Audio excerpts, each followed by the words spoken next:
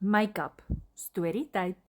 Ek het eendag met 'n vrou gestaan en gesels en sy het vir my vertel dat sy dra nooit make-up nie. Maar sy voel nou dat sy 'n kind het, moet sy begin make-up dra want al die ander mammas dra make-up. En soos ek vol gekyk het ek begin giggel en vra gesê: "Onthou, make-up maak nie 'n goeie mamma nie. Dit is wat jy doen en hoe jy dit doen wat jou 'n goeie mamma maak. As jy ongemaklik voel met make-up, moenie make-up dra nie. As jy graag wil make-up, dra make-up. Maar dit gaan nie bepaal wat se tipe mamma jy gaan wees nie. Daar is baie vrouens daar buite wat make-up dra en awesome mammas is.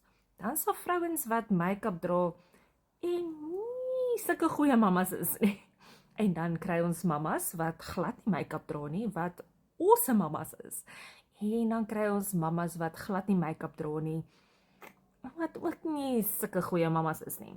So, jy moet nie 'n rede hê, soos 'n make-up, om te bepaal of jy 'n goeie mamma gaan wees nie. Ja, ek hoop dit help. Baie liefde, Liesel Fourie.